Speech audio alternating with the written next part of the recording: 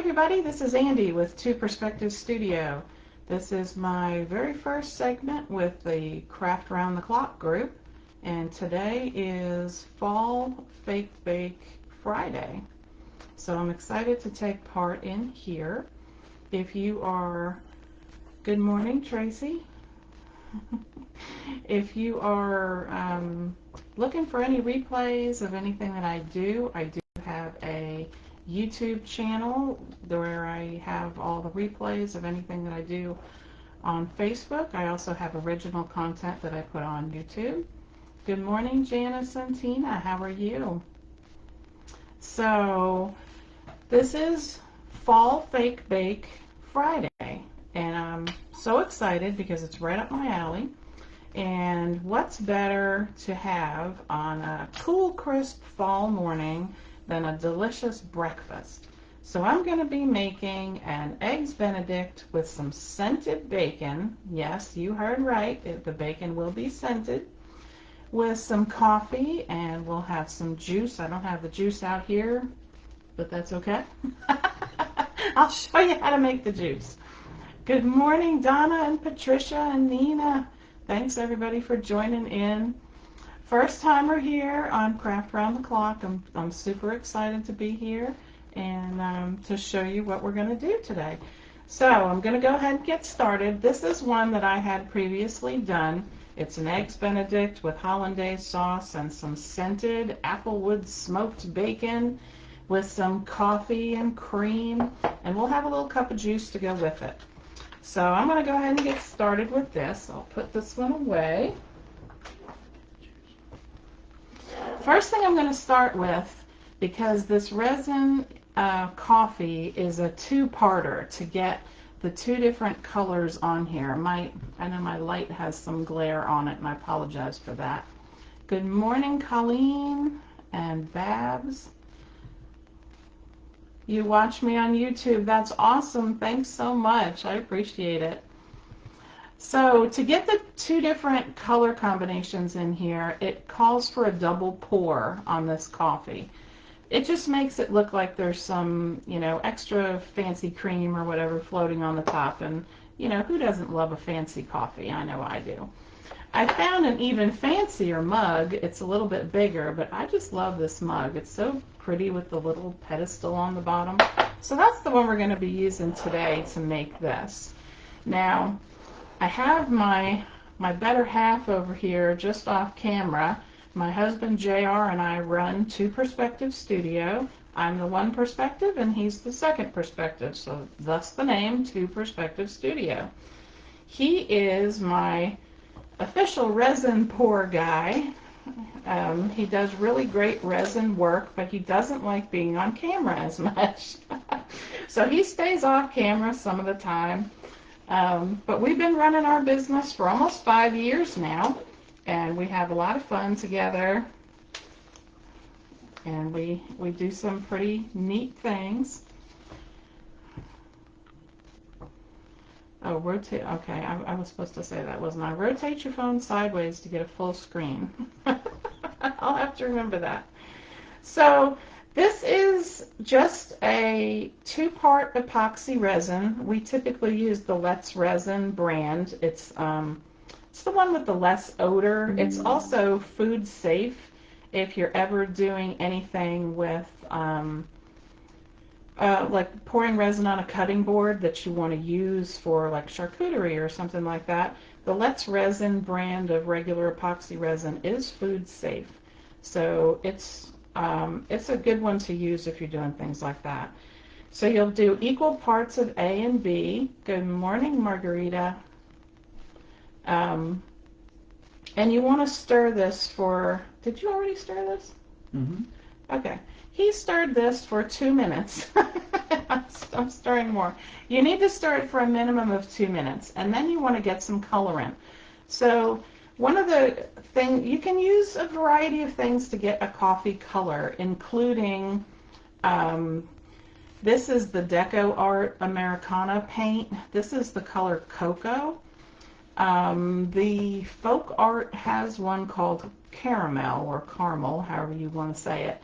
They're both about the same color, so either one of those you can use for a pretty decent coffee color. I like using some alcohol ink. This one is by Ranger, and it is the caramel color. And we put about 30 or so drops of the caramel color in there. So it's a decent amount. Then you want to stir that in pretty completely.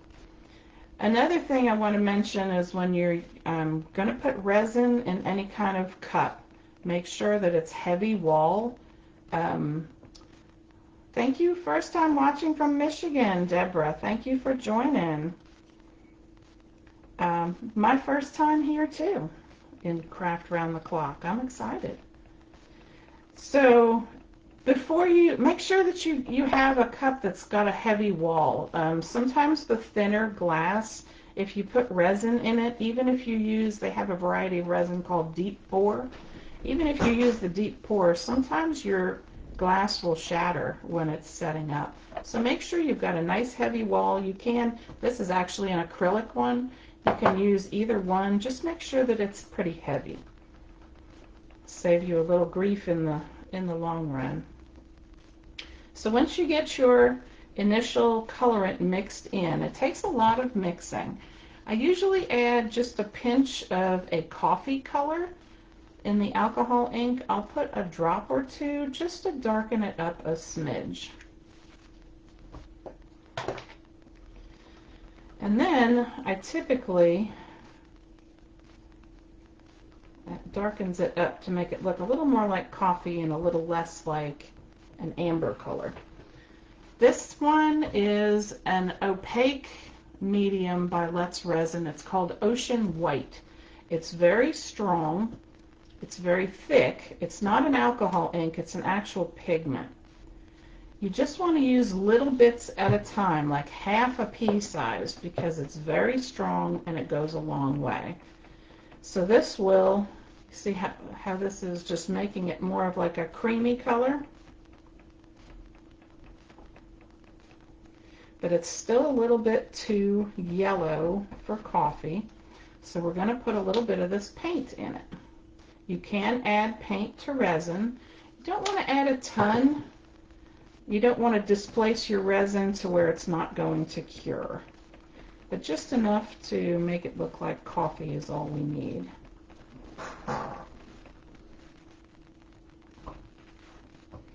That's better, but still not quite there. I'll typically do this on a scale just to make sure that I get it the same each time, but I didn't pull my scale out, so we're just winging it right now. Because I have a lot of food to make this morning.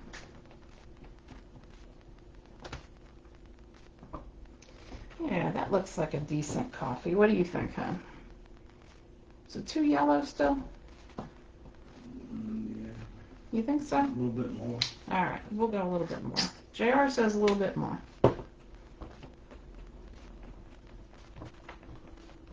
Also, before you pour the resin in any of your vessels, make sure that you squirt some alcohol in there and clean it really well. You don't want to have any grease. Resin does not like oils. So you don't want to have any grease showing at all. What do you think now? Mm-hmm. There we go. You want to make sure you have a nice clean vessel to pour your resin in.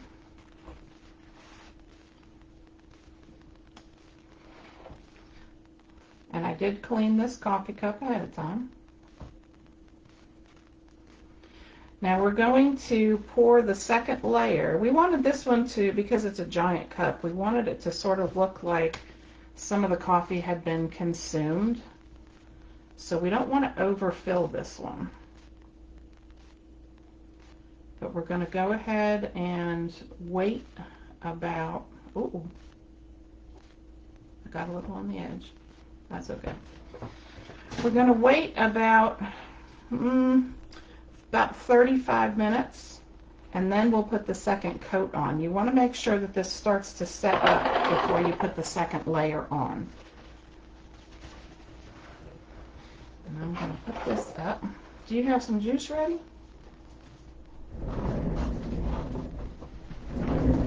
We have a small juice cup that we're going to, thank you, and wave to the people.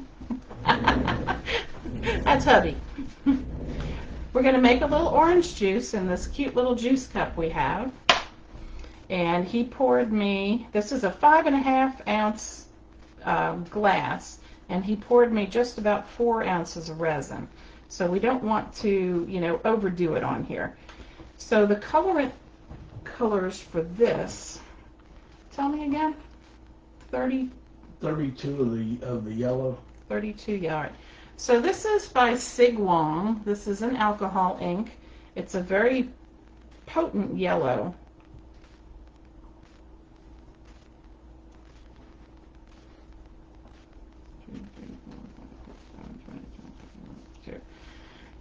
Can't talk and count at the same time. So we used about 32 drops of the yellow, and this is a pretty bright orange. We used four drops of this one. I keep these things all written down in a little book, so when I go back, oh, I need some ocean white too, don't I? Yeah. When I go back to do it again, I just reference the little my little recipe book, and then it's all there for me to find again. And I just put a little bit of this ocean white in here just to make it opaque and a little more like orange juice. I hope I didn't drop too much in there. Again, we typically use a scale to scale all of this out and make it perfect each time, always the same. And we do this for a living. This is, you know, pretty much what we do. And we sell to theater groups and movie studios and home stagers, food photographers. So it's a fairly lucrative business for us, and we enjoy it. Okay, so once we have the colors mixed in, see, that didn't take much time at all. You can make these things fairly quickly. I don't have another paper towel. I'm just going to pour that in our cup.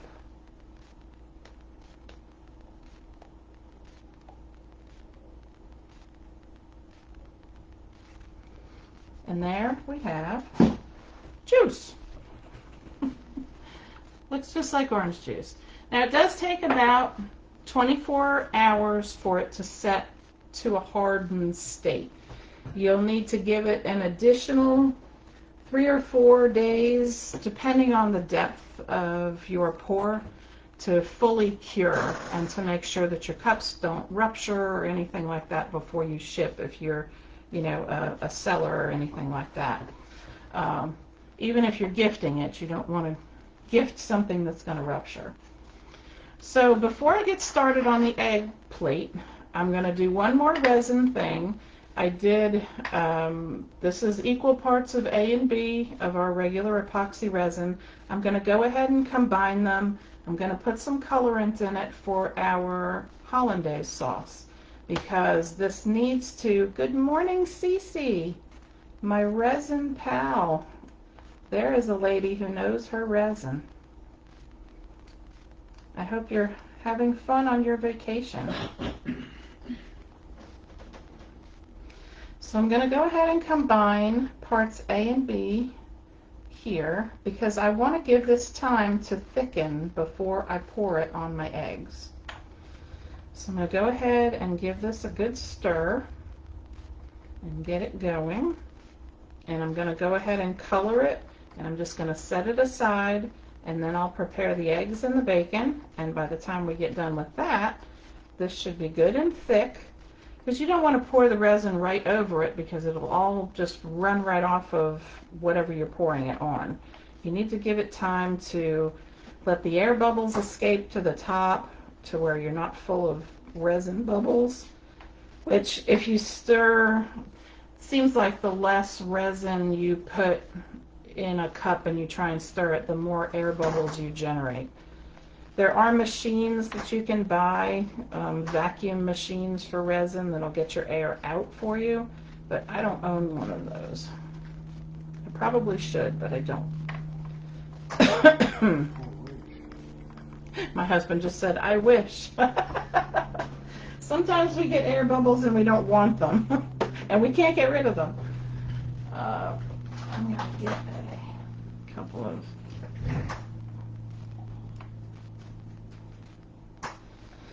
So for this, for the hollandaise sauce, I want it to be opaque.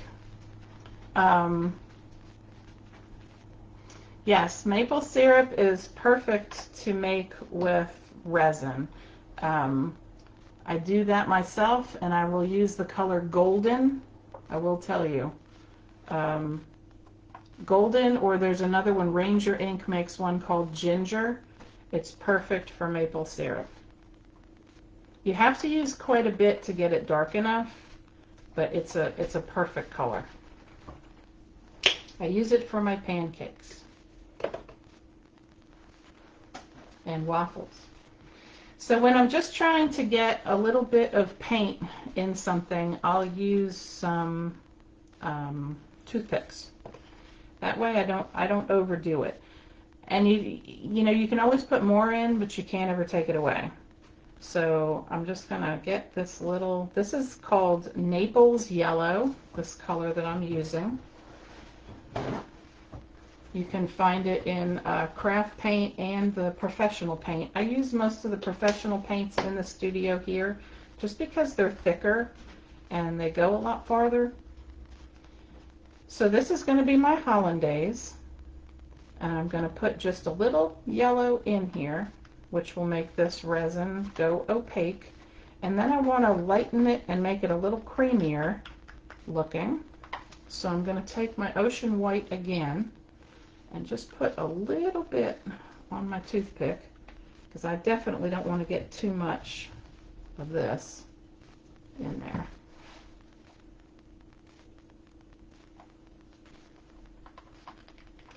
Resin can be a fickle thing. You have to be careful with it. This hollandaise is a little bit on the yellow side, but it's a little on the white side too.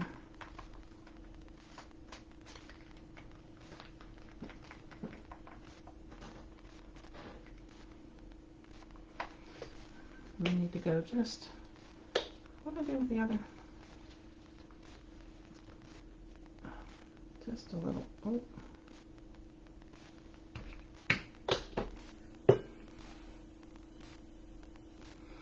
Okay. And then I'm just going to let this sit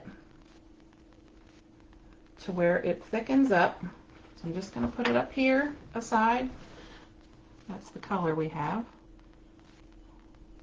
It's a pretty decent hollandaise color, I think. And then by the time we're done with our eggs, we should be good to go. All right. The clay that I used for 90% of my fake food creations is Model Magic. I like it a lot better than the air dry clays. Not as much shrinkage, holds textures a little bit better. So that's my go-to. Model Magic, if you've ever worked with it, takes a little bit of elbow grease to get it kneaded. You have to knead the clay kind of like you knead bread for a recipe. You have to do Model Magic, takes between 5 and 10 minutes of kneading. You can warm it up in the sun before you do it, and it makes it a little bit easier. Sometimes when you get it, it's really hard. In that case, you can add a few drops of pure glycerin to it and knead that in, and it really softens it, and you won't get the cracking. You really do need to condition it very well. And what I tell people is use a surface, especially if you have the old arthritic hands like I have. Use a surface. It doesn't stick to a whole lot. But use your surface and get it all rolled out, and then knead it some more like you're kneading the bread. As soon as you have a taffy-like stretch that doesn't snap, If it snaps, you're not done yet. Yes, it's like pulling taffy candy. Absolutely. Once you get to that point, you know you're okay to proceed without cracks. So I think this is pretty good. What do I do with my plate? I have a nice plate here to put our new creation on. Now I'm going to do some painting. I hand paint or airbrush sometimes. I really like airbrushing some stuff. I got a machine recently that I used for a project, and now I'm hooked on airbrushing. But I do hand paint all of our creations that go out. I typically will, again, measure out my clay to make sure that everything is exact and uniform. I'm not going to do that this morning. I'm just going to sort of eyeball it. And I'm going to take two about the same size. I don't need that much. About the same size little balls here. Approximately the same size. These are going to be our English muffins to put our Eggs Benedict on. I shape things typically by hand. You can use cookie cutters for these if you prefer. My theory is that something like an English muffin is never the same. They're all shaped just a little bit differently. They do have a ridge around the outside, and then they have the signature little air holes in them. So what I do typically is I will smash my ball down, and then I'll take my thumbs, and staying away from the corner, I sort of start to flatten, and I'll leave that ridge up around the top. And I just sort of stretch the clay out a little bit. English muffins are not tremendously huge. They're probably around 3 or 3.5 inches total wide. So once I have that stretched out and my little ridge, I try not to flatten out my ridge too much. As soon as I have about two of the same size with the ridge, I keep a piece of foil in a little ball here that I use for texturizing.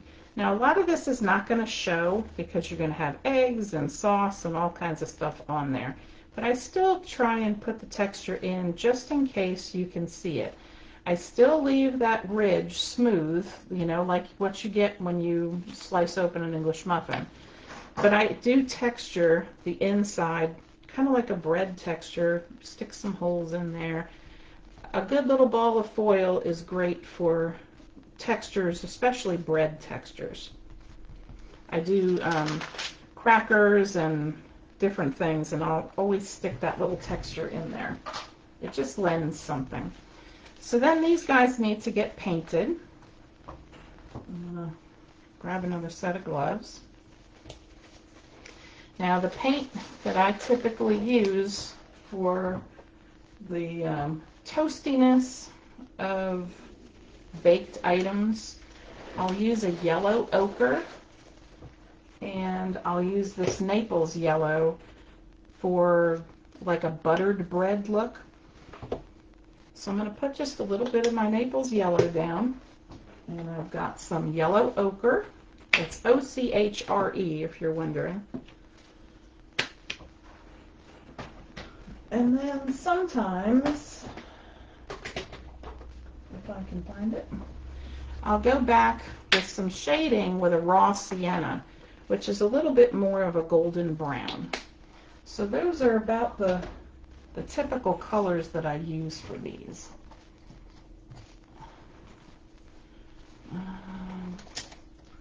find the brush. I have a small flat brush, and I have some water, and I'm going to need a towel.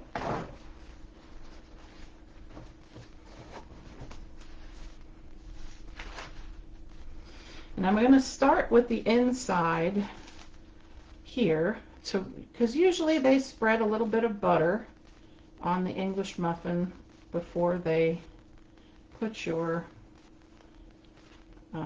eggs and all that on there. So this Naples yellow, I just add some water to my brush and sort of swirl on. It can be kind of haphazardly. You don't have to be too careful with it.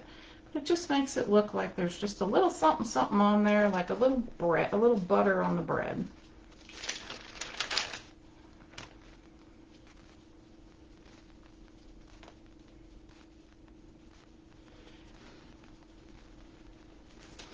So then I will rinse my brush off a little, and I'll go to the next color, which is our yellow ochre. Now, I need to also texture the sides of this to make it look more like bread. So what I'm going to do is I'm going to take a palette knife. Anything with a flat edge will do. And I'm just going to sort of roll it in a couple of different places on the side of this, just to make it look like the layers of flaky pastry, I guess, that the English muffin has on it. I probably should have done this before I painted the butter, but it's still okay.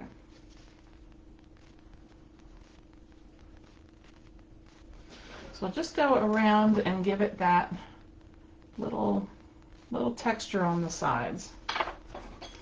Then after that's done, I take a thin, very thin coat. I'm wiping most of the paint off, and I'm just going to lightly brush the sides of this.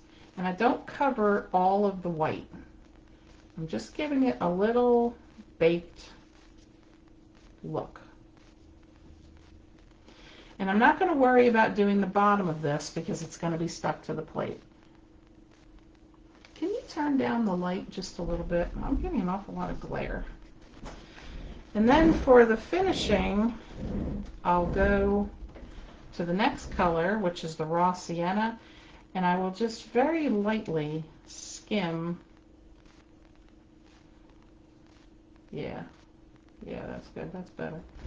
I'll skim the top of this with the flat brush, just using a little bit of paint just to give it that little more baked. And then I'll do just a little bit toward the bottom with the same thing, just turning that brush to the side.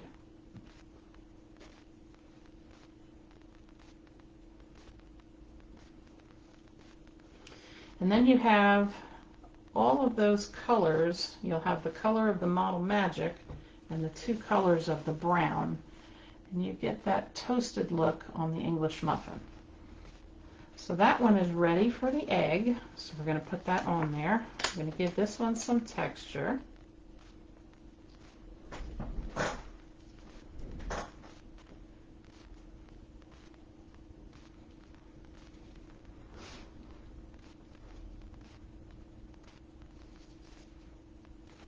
And you can sort of push your sides up as much as you need to make it however you want it to look. I don't know if you can see that one any better. Maybe. All the baking making you hungry? I'm kind of hungry this morning too.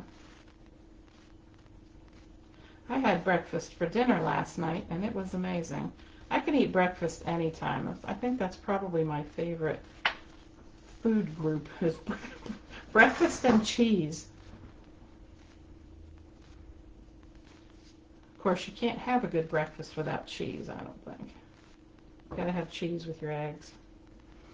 So I'm doing the same thing with this one, and I'm just going to, now this one has a little bit more on the top here, a little more of that edging that I left, so I'm going to put just a little more of that brown paint there just to make it a little darker. And I like that look.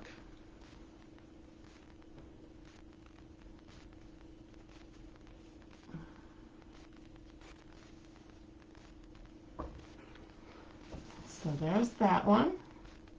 Nice and toasty looking. And I'll put that on the plate.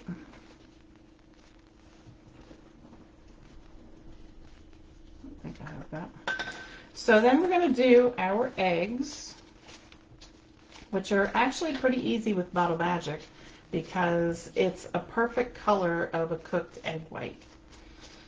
So I'm just going to make sure that this is kneaded well. I left it sitting there instead of, you should always put it back in an airtight container when you're using it. It dries out so quickly. But like I said, you can always add a little bit of pure glycerin to it to soften it if it does get hard on you. So to make the eggs, when you, it's not hard boiled, what's the word? Help me. Poach. Poach! Yes! Thank you. My brain just went, oh, I forgot. When you poach an egg, especially if you're a professional chef, the white part of your egg will hold its shape pretty well. If we do it at home, we usually don't know all the fancy techniques, and you throw your egg in the water and it goes psh, and then you end up scooping it out with the ladle and all that. But it will hold its shape if you're more of a professional chef. I was a caterer for a long time, more than 20 years, so I know a few of those tricks. Not that I still do that at home, but I do know the tricks. So I want to make it to where it's sort of a natural egg shape like you would get in a nice restaurant. It might be a little bit elongated on the one side, but generally round on the other and fairly thick. You know, it shouldn't be flat. And that's a really good egg white color after it's cooked. So I don't do anything to it except gloss it up. And I just use a regular glaze for that. Typically the one I use is by Liquitex, and I'll show you that in just a minute. I'm going to make my other egg. Like I said, I shape most things by hand when I'm doing these.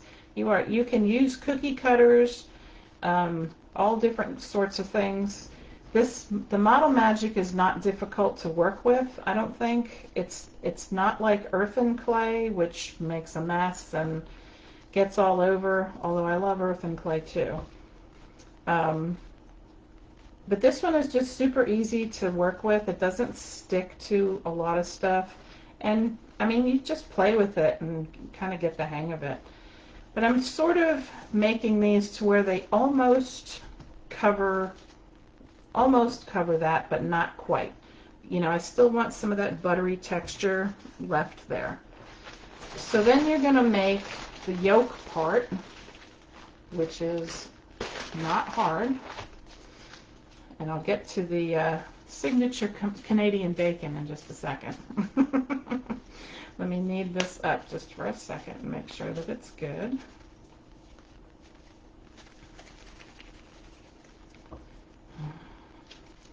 I don't want cracked yolks. That wouldn't be fun. Not good. Not good. So I'm thinking, I mean, I like extra large eggs when I'm having my Benedicts because I love eggs. So I'm going to make a fairly decent size yolk on here. What I do is I roll it into a ball, whatever size you want your yolk to be. Start with a ball, and then take your fingers just on the sides and push down gently, and then rotate it and keep pushing down the sides until it kind of makes like a little mountain, and your sides are flatly touching down on the bottom, because you want your yolk to look like it's stuck into the white. So I have this little mountain here. Then all I'm going to do is take the heel of my hand here, and I'm going to push down on that mountain. And then I have sort of a flat, almost like a funky biscuit looking thing, but it has those flat edges that go all the way down. And I'm going to do that twice. one for each egg.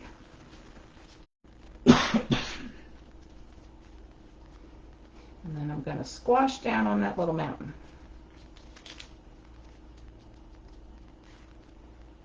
Okay, now these guys need to get painted.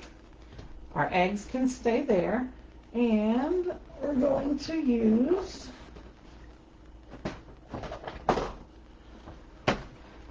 a yellow and an orange. Excuse me. This is a cadmium yellow. It's a very bright yellow. I don't need a ton.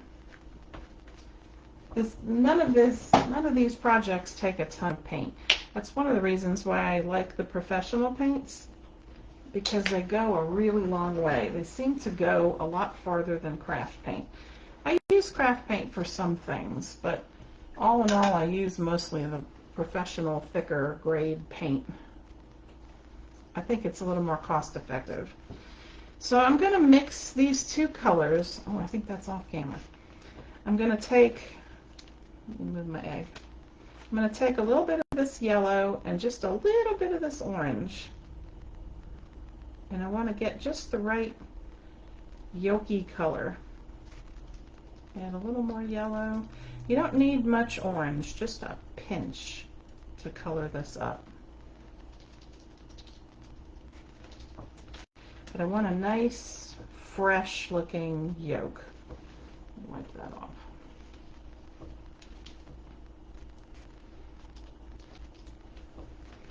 So I'm gonna put the paint on here. Beautiful sunshiny color. That's the freshest looking yolks. That's what we like. And paint all the way to the bottom. I don't paint the underside of this because it will not show when you get it attached to your egg white part. Now make sure that you're using a nice soft brush when you do this so that you don't get brush strokes. You don't want your, even though you're going to put a sauce over the top of this, you want the least amount of brush strokes possible.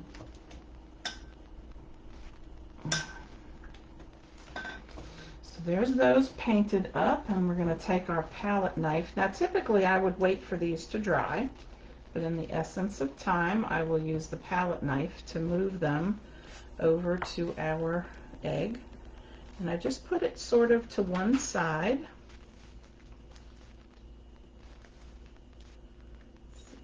One up there, I think. I'll just give it a little push with the palette knife. Make sure it's all sealed nicely.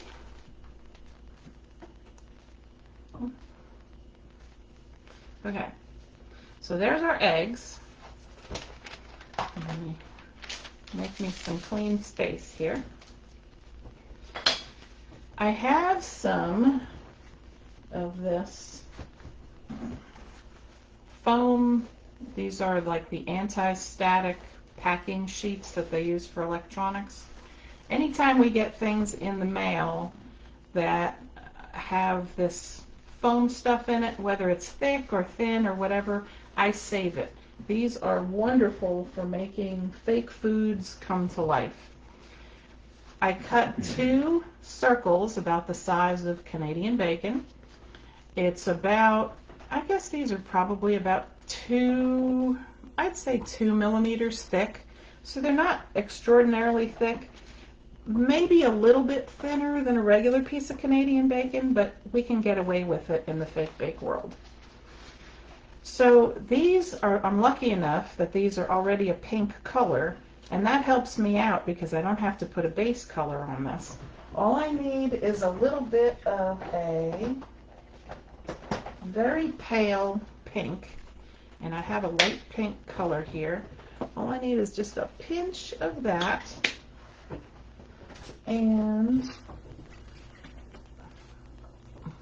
a very, very pinch, like less than a pinch, if we can even do that, less than a pinch of a black, just to make that pink go like a hair gray. because there's that weirdness in Canadian bacon that I can't even explain it. But you know, there's like that sort of gray undertone to Canadian bacon. It's pink, but it's not pink. And if you just add like I know I have this little speck over here, and I'm just going to pick up a little less of a speck because black goes a long way. And I'm just going to mix that right into my light pink color.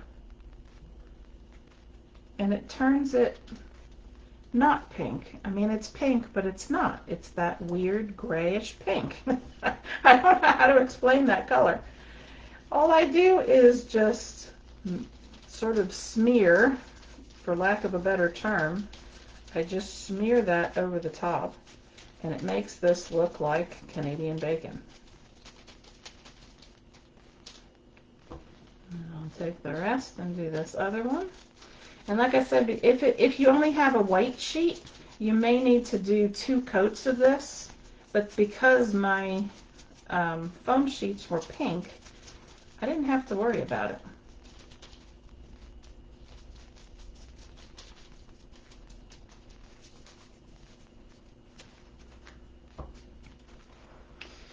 So I'm going to get a little glue. You can use any glue of your choice except super glue. Super glue will melt foam sheets. My choice is always Gorilla Glue. I feel like it just has a little more stick to it. I just put a little bit on here. Craft glue is totally fine. And I'm going to glue on my Canadian bacon, my faux Canadian bacon.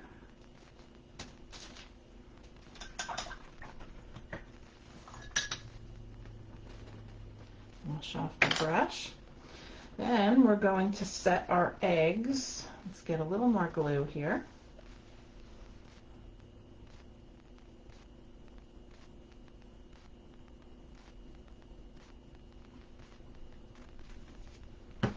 And we're going to set our eggs on top of that.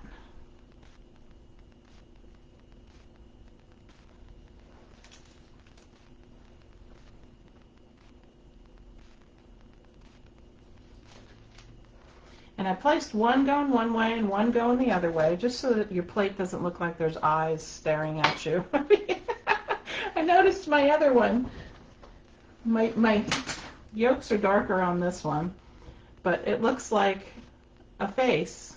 There's the mouth and there's the eyes and it's staring at you. I thought, how weird is that? Let's offset that a little bit.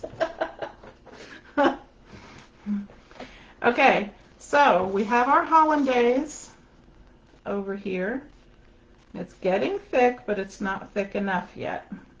So that's just going to have to stay there. Now we're going to go on to, I'm going to get rid of this and get a fresh piece.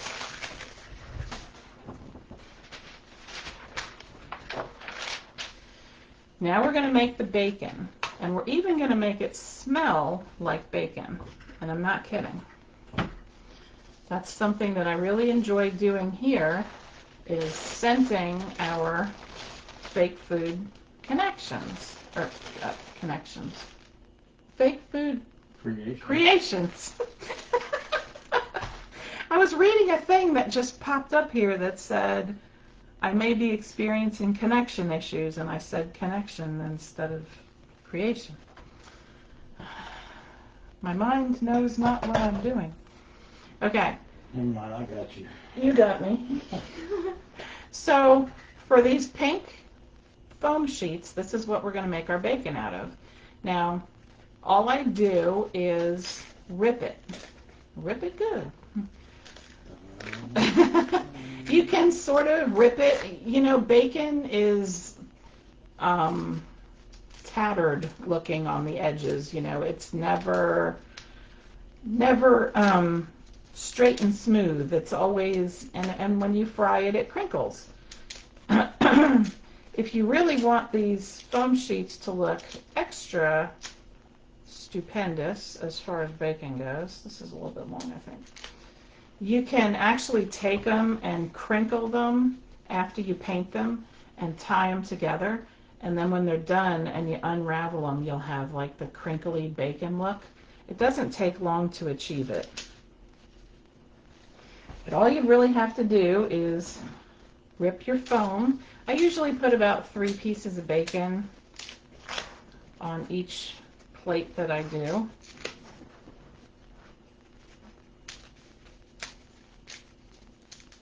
It's amazing the different meats that you can make look very realistic by just using different thicknesses of foam.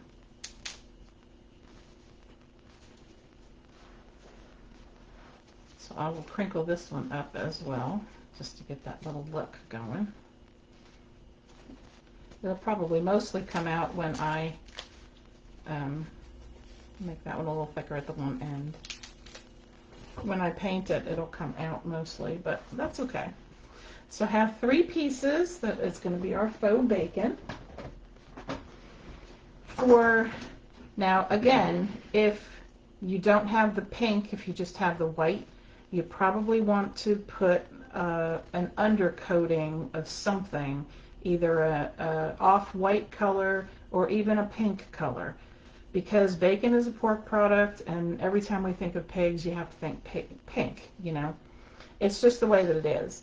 So if you just have a white sheet, make sure that you do a little pink coating and let it dry, and then go on to this coat, which is a burnt sienna. This one is the Master's Touch burnt sienna. You can find that one at Hobby Lobby. But there's lots of different companies that make burnt siennas. And then for the burnt area, not really burnt because you don't want to burn your bacon, but you know, if you want your bacon crispy, you're going to have that darker area. This is a burnt umber. It's by Liquitex. That's another good company. So you'll want a little bit of that. This is more of like a chocolate color, but as far as a lot of cooked items go, it's a really good color to use for that. Get another. I'm going to use a wider flat brush for this just because it goes a little quicker. Again, these are very soft brushes. Always look for the softest ones that you can find if you're trying to do realistic fake foods so that you don't have the brush strokes. So I'm going to start with this burnt sienna. Now this is a dry brush. I didn't even put water on this one yet. And I'm just going to dry brush with a decent amount of paint on there. I'm going to make sure that I get the edges.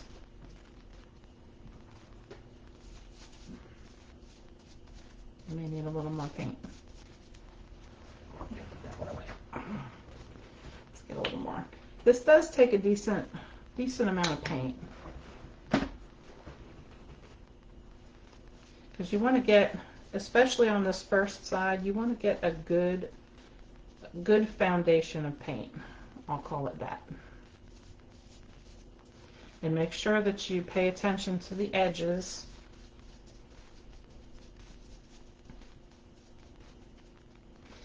Now, what I do here is flip them over, and this actually, it's a really cool technique if you do it on a piece of parchment, because when you go to paint this opposite side,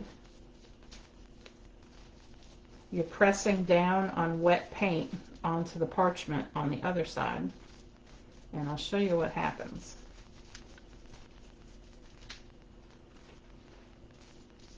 It gives it this really cool marbled effect, and you can see the sort of the pink in the middle. See how that did? It looks like you can see the fat pieces in the bacon just automatically. So that will be my front side, what I just pushed down. You see how neat that looks? Now all you have to do is take just a pinch, and I don't even wash the brush in between. I keep that other color there, and I'll just take some of this paint and I'll get most of it off. And then sort of down the middle and toward the side, I just brush very gently just to give it a little bit of that chocolate color here and there.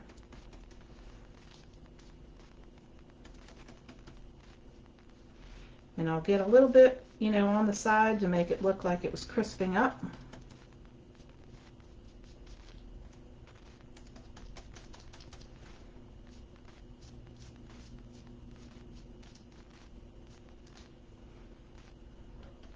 And then if you want to make a darker streak here or there, you can take some and you can just put it exactly where you want it. Now I always tell people, if you're trying to make fake food, the best way to achieve your goal is to have the real food in front of you. So the next time you have breakfast, take an extra piece of bacon, if you want to make some bacon, and sit it somewhere on your craft table. You can munch as you're going along. I'm not saying I do that. But it'll give you, you know, the bird's eye view right there of what you're trying to achieve. And you get a much better result if you can actually see the colors and see the textures, and you can really recreate it that way. So the bacon now has some little brown marks on it, not too much. My husband likes his bacon not too cooked. So this would be more like my husband's bacon. I like mine like crisp, burnt. Not burnt. I always say burn it. So I was talking about making this smell as good as it looks. So we have found a line, well, we actually make the line now, but we found a distributor that we can get scent oils from that smell like foods. So this one is called Applewood Bacon. Don't get this is an essential oil. You don't want to get it on the foam part because it can disintegrate it. What I usually do is I take some and I will scent. This really does smell like seriously smoky bacon. I mean, it really does smell like the bacon. I will put it on the plate or on, you know, whatever container that I have that I'm trying to scent. We scent all of our pies and some cakes. We have, I think, 33 different scents now. Yeah. We do have a steak and a bacon, are our meaty scents. So, and yeah, I do actually make steak. So now the plate smells like bacon. And I'll just wait for a few minutes for that to sort of do its thing. Make sure there's not too much on there. It doesn't look like there is. And then I'll take a little bit of my glue. And I'll put some glue right around there where I want my bacon.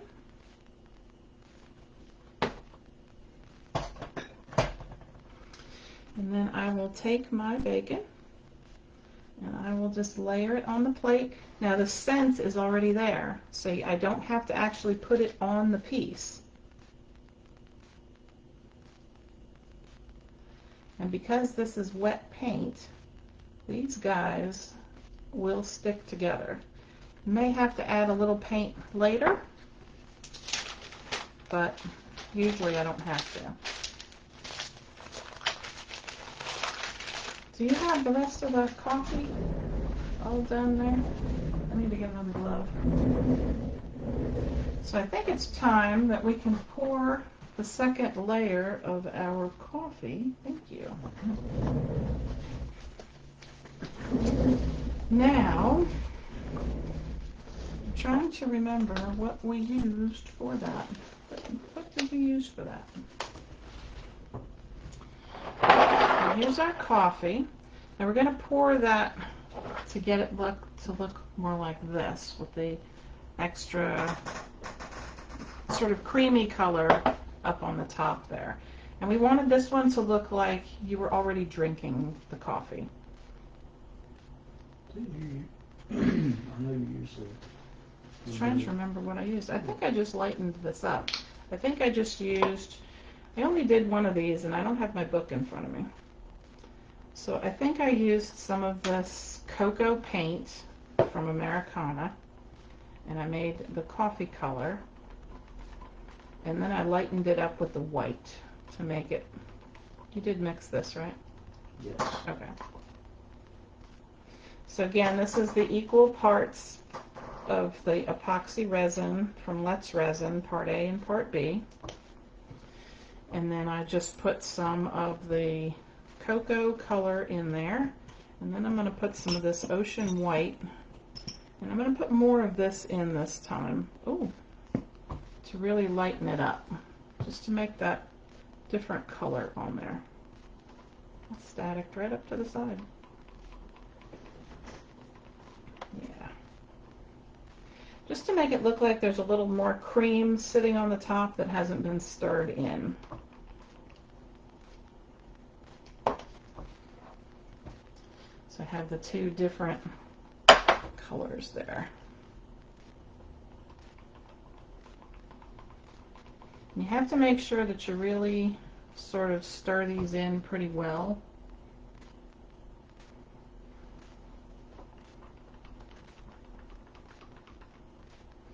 And the way you can tell that is if you lift up on your popsicle stick or whatever you're using to stir with, you'll be able to see streaks of the colorant, whether it's paint or the alcohol ink. If there's any streaks that you're seeing, mix it more until you don't see it. You know, you just want a solid color. So this is fairly thick, I think. I'm not sure if it's actually quite thick enough, but I'm going to pour slowly. I don't want this to combine too much.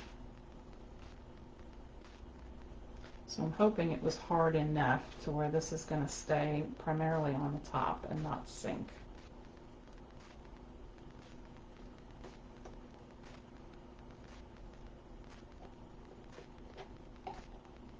And I think we've got it. So this one looks like this one, pretty much. It's a little different container, but that's all right. Now see, we have the two different colors there. Now we're going to let this sit for about 24 hours. It'll be hard, and then we'll let it cure for several more days after that. Now, if you want it to be real fancy, when you let this set up, you could always put a dollop of whipped cream, a little cinnamon. You could, you know, do whatever you want. Coffees are pretty easy to make, generally. You know, this one was just the two-step process. And I've got just a couple of minutes left to pour my hollandaise. We'll bring our juice over here. And we'll bring our plate over here. I had a fork, but I think I threw it on the floor. It's okay. I don't need it. So our hollandaise is fairly thick now. Does anybody have any questions that I missed? Everybody wants breakfast now. Yes, it's about breakfast time, isn't it? I have to say I have very bad eyes, and I usually keep my phone a little closer to me, but it was way over there, and I don't even have my page pulled up, so I wasn't watching for a lot of questions, so I apologize if I missed. Plus, I was a little nervous just, you know, not doing. This was my first time on Craft Around the Clock, so and I didn't switch to my I call them my computer glasses. It helps me see a little bit farther. These are my regular. I have terrible eyes, so if I missed your question, I so apologize. But I'm going to take my hollandaise and just little by little, because like I said, you don't want all your hollandaise to run off onto your plate. That is not what we want. And we don't want to cover up our yolk completely. We want that nice shiny, oh, that's another thing. After this is all set, I will glaze my egg white with some Liquitex gloss glaze. And it'll be nice and shiny, sort of like, because I mean the eggs after they're poached, they're wet.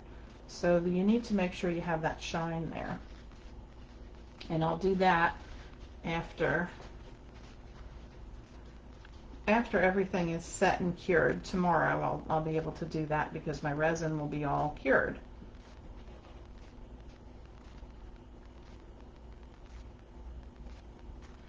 So I'm just sort of trying to put it where I want it. I do want a little bit to drip off on the plate, but not a ton. And that's another thing about making the eggs with that little bit of a weld shape to it. The resin will stay in there like you want it to, and it won't all drip off, as long as you let it thicken ahead of time.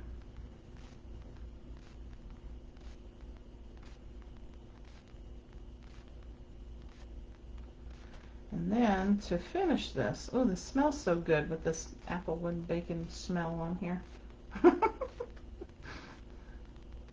I love scenting the food. It's so much fun. People come in our house and they say, oh, what smells so good in here? And then my husband shows them and they say, oh, well, that's really cool. I always tell people I have the weirdest job. Okay, so to finish this off and make it look like a professional chef made this, this is my faux dried parsley that I use. I make, I get the reindeer moss. Couldn't come up with the word for a minute. Chop up some preserved reindeer moss, and you can make herbs for your creations that look totally real. And I just keep them in little jars, kind of like my spice jars. And then whenever I need a spice, I have that right there.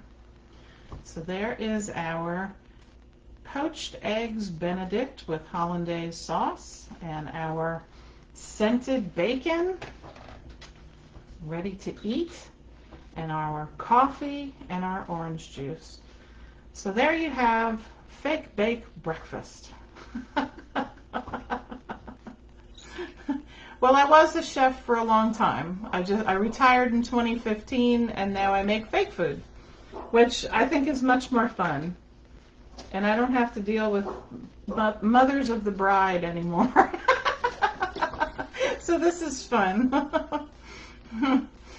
Well, thanks everybody for joining me. I know there's another creator coming up soon. Thank you, Tracy, for letting me be part of this event. I had a ton of fun. I really appreciate it. This was right up my alley.